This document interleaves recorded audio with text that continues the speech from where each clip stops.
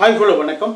மலையாளத்தில் 2025 ரிலீஸ் ஆன ஒரு மிஸ்ட்ரி கிரைம் த்ரில்லர் ட்ராமா தான் மிராஜ். இந்த படத்தில் ஆஷிப் அலி, அபர்ணா பாலமுரளி, சரவணன், நிறைய பேர் நடிச்சுக்கிறாங்க. சம்பத்து, நிறையா டோட்டல் தமிழ் நடிகர்களே நிறையா பேர் இந்த படத்தில் நடிச்சுக்கிறாங்க. இந்த படம் ஒரு நல்ல ஒரு கிரைம் த்ரில்லர் ட்ராமா. இது மலையாளத்தில் வெளியாச்சு. இந்த படம் 2025 தான், இந்த வருஷம் தான் செப்டம்பர் மாதம் வெளியாயிருக்கு. இந்த படத்தினோட ரிவ்யூ பார்க்கறதுக்கு முன்னாடி நம்ம சேனலை சப்ஸ்கிரைப் பண்ணி வச்சுக்கோங்க. அப்போ தான் நான் போடுற வீடியோ உங்களுக்கு கிடைக்கும். மிராஜ் இந்த படத்தினோட ஸ்டோரி என்னன்னு பார்த்தீங்கன்னா, அதாவது ஒரு அனாதையான ஒரு பொண்ணு, அவங்க தான் ஹீரோயினி அபர்ணா பாலமுரளி.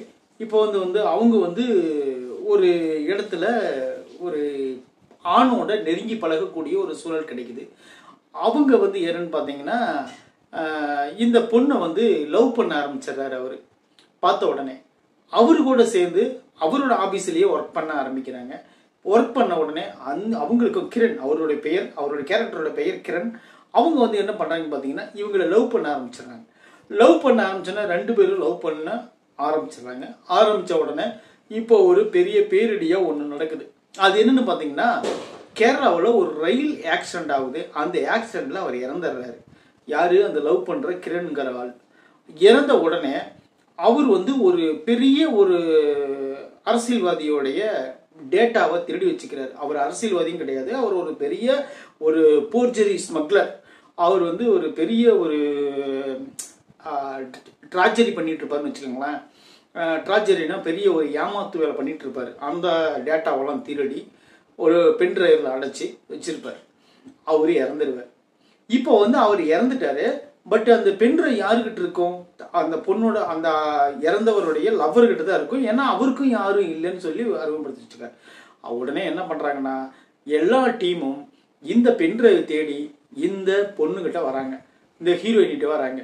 இவங்க என்ன பண்றாங்கன்னு பாத்தீங்கன்னா, இவர் ஒரு கட்டத்துல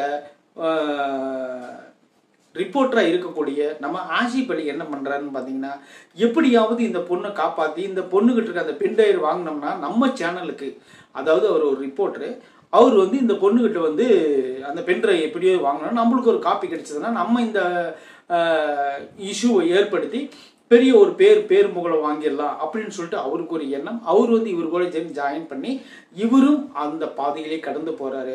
இதுக்கு இடையில அவங்க சந்திக்கக்கூடிய விஷயங்கள் என்ன, இதுக்கப்புறம் நடக்கக்கூடிய ட்விஸ்டுகள் என்ன, எல்லாரும் அந்த பெரிய அந்த ட்ராஜரி ஆளான பெரிய அந்த தாதாவாகட்டும், அவரும் இவங்களை அட்டாக் பண்றாங்க. போலீஸும் ஒரு சைடு அட்டாக் பண்ணுது. இந்த தொலைஞ்சு போனோட ஆளோட ஃப்ரெண்டுகளும் இவங்களை அட்டாக் பண்றாங்க. இதுக்கு இடையில இந்த அட்டாக்குகளுக்கெல்லாம் நடுவுல இவங்க கடந்து போய் அந்த உண்மை என்னன்னு கண்டுபிடிக்கும் போது தான் இந்த படத்தினோட சுவாரஸ்யம் நம்மளுக்கு உண்மையிலே பிரமிக்க வைக்குது. சாதாரணமா ஆரம்பிக்கக்கூடிய ஒரு மலையாள படம் எந்த அளவுக்கு ஒரு கிரைம் த்ரில்லர் நமக்குள்ள ஒரு இம்பாக்டை ஏற்படுத்தும் அப்படிங்கிறதுக்கு இந்த படம் ஒரு சிறந்த சான்று.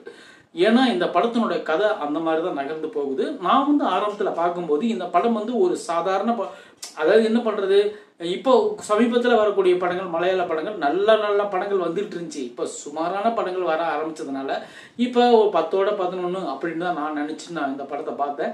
ஆனால் உண்மையிலே இந்த படம் எனக்கு ரொம்ப பிடிச்சிருந்துச்சு. அது காரணம் என்னன்னு பார்த்தீங்கன்னா, கிளைமேக்ஸ் வரலுமே ஒரு ட்விஸ்ட் கொண்டு போறாங்க. அதாவது ஒரு ட்விஸ்ட்டு அதான், அதை ஓகே பண்ணி நம்ம ஜமாளிக்கிறதுக்குள்ளேயே இன்னொரு ட்விஸ்ட் வைக்கிறாங்க. அந்த நாட்டு முடிஞ்சு அடுத்து இன்னொரு நாட்டு போகும்போது அந்த நாட்டு பெரிய நாட்டை அதுக்கு முன்னாடி போடுறாங்க. உண்மையிலே இது எனக்கு பார்க்கும்போது உண்மையிலே நல்லா இருந்துச்சு. இந்த படம் அதாவது புதுசான கிரைம் த்ரில்லர் பார்க்க ஆரம்பிச்சிருக்கேன் அப்படிங்கிறவங்களுக்கு இந்த படம் நல்லா இருக்கும். ஆல்ரெடி நான் நிறைய கிரைம் த்ரில்லர் படமெல்லாம் பார்த்து தண்ணி குடிச்சுவேன் அப்படின்னு நினைச்சவங்களுக்கு இது ஒரு ஆவரேஜான படமாக கூட இருக்கலாம். ஏன்னா இந்த படத்தில் நடிச்சுக்கிற எல்லா கேரக்டரும் சூப்பராக நடிச்சிருந்தாங்க. குறிப்பாக ஆஷிப் அலி கேரக்டர் உண்மையிலே எனக்கு உண்மையிலே அதை நான் எதிரே பார்க்கல. அந்த மாதிரி ஒரு கிளைமேக்ஸ் ஒரு ட்விஸ்ட் கொடுத்துருப்பாரு. அதெல்லாம் வேற லெவலு. அது போல அபர்ணா பாலமுரளி அவங்க இந்த படத்துல நல்லாவே நடிச்சிருப்பாங்க. அப்பாவி கேரக்டரா இருந்து அதுக்கப்புறம் ஒரு எல்லா விஷயங்களும் தெரிஞ்சு பொண்ணு அடே அப்பா அப்படிங்கிற மாதிரி ஒரு கேரக்டர் அப்புறம் எல்லா விஷயத்தையும் ஒரு விஷயத்துல ஒரு புஸ்தகமாக மாற்றி டக்குன்னு மூடின மாதிரி ஒரு சீனை சொல்லுவாங்க பாருங்க. அது உண்மையிலே ஓ இதனால தான் இதெல்லாம் நடக்குதா அப்படிங்கிறது நம்மளுக்கு அப்புறம் தான் தெரியும். அந்த மாதிரி ஒரு ட்விஸ்டான கேரக்டரு. அப்புறம் வந்து இப்போ யாருன்னு பார்த்தீங்கன்னா போலீஸாக வரக்கூடிய சம்பத்தாகட்டும், அப்புறம் வந்து பெரிய அரசியல் ராஜரி தாதாவான ஸ்மக்லிங் பண்ணிட்டு இருக்கக்கூடிய சரவணன் ஆகட்டும், எல்லாத்துக்கும் ஒரு சின்ன சின்ன ரோல் தான் கொடுத்துருக்காங்க. ஆனால் இருந்தாலும் எல்லாத்தையும் மீறி இந்த படத்தில் வந்து ஒரு சின்ன சின்ன ட்விஸ்ட் வந்து நிறையா கொடுத்து நிறைச்சி இந்த படத்தை வந்து இவ்வளோதாண்டா எடுத்துகிட்டு போங்கடா பாருங்கடான்னு சொல்லி கொடுக்குற மாதிரி கொடுத்துருக்காங்க. இந்த படத்தை நீங்கள் தயவு செஞ்சு உங்களுக்கு டைம் கிடைச்சதுன்னா ஒரு டைம் பார்த்து என்ஜாய் பண்ணுங்கள். ஃபர்ஸ்ட் ஹாஃப் வரலவன்ட்டும் வேறு லெவல் இருக்கும். செகண்ட் ஹாஃப் போனீங்கன்னா எல்லாமே ட்விஸ்ட்டு தான். அந்த மாதிரி கொடுத்துருப்பாங்க. ஃபர்ஸ்ட் ஹாஃப் ஓரளவுக்கு நார்மலாக இருக்கும். செகண்ட் ஹாஃப் உண்மையிலேயே நல்லா இருந்துச்சு அப்படின்னு தான் நான் நம்புகிறேன். இந்த படத்தினுடைய கதை வந்து முழுசு சொல்லிட்டோம்னா இந்த படம் பார்க்கறதுக்கு உங்களுக்கு இன்ட்ரெஸ்டே போயிடும். இந்த படத்தில் நிறைய ட்விஸ்ட் இருக்கும். இதை பார்த்து நீங்கள் தெரிஞ்சுக்கோங்க. நல்ல ஒரு கிரைம் த்ரில்லர் ட்ராமா நான் பார்க்கணும் அப்படின்னு ஆசைப்பட்டீங்கன்னா கண்டிப்பாக இந்த மிராஜ் படத்தை நீங்கள் பார்த்து என்ஜாய் பண்ணுங்கள். உங்களுக்கு நல்ல டைம் பாஸ் கிடைக்குங்கிறதுல எந்த விதமான மாற்று கருத்தும் கிடையாது. இந்த விமர்சனம் பிடிச்சிருந்தா கண்டிப்பாக நம்ம சேனலை சப்ஸ்கிரைப் பண்ணிச்சுக்கோங்க. அதுக்கு முன்னாடி ஜித்து ஜோசப் தான் இந்த படத்தை டைரக்ட் பண்ணியிருக்காரு அப்படிங்கிறதையும் நான் சொல்லிடுறேன். நன்றி, வணக்கம்.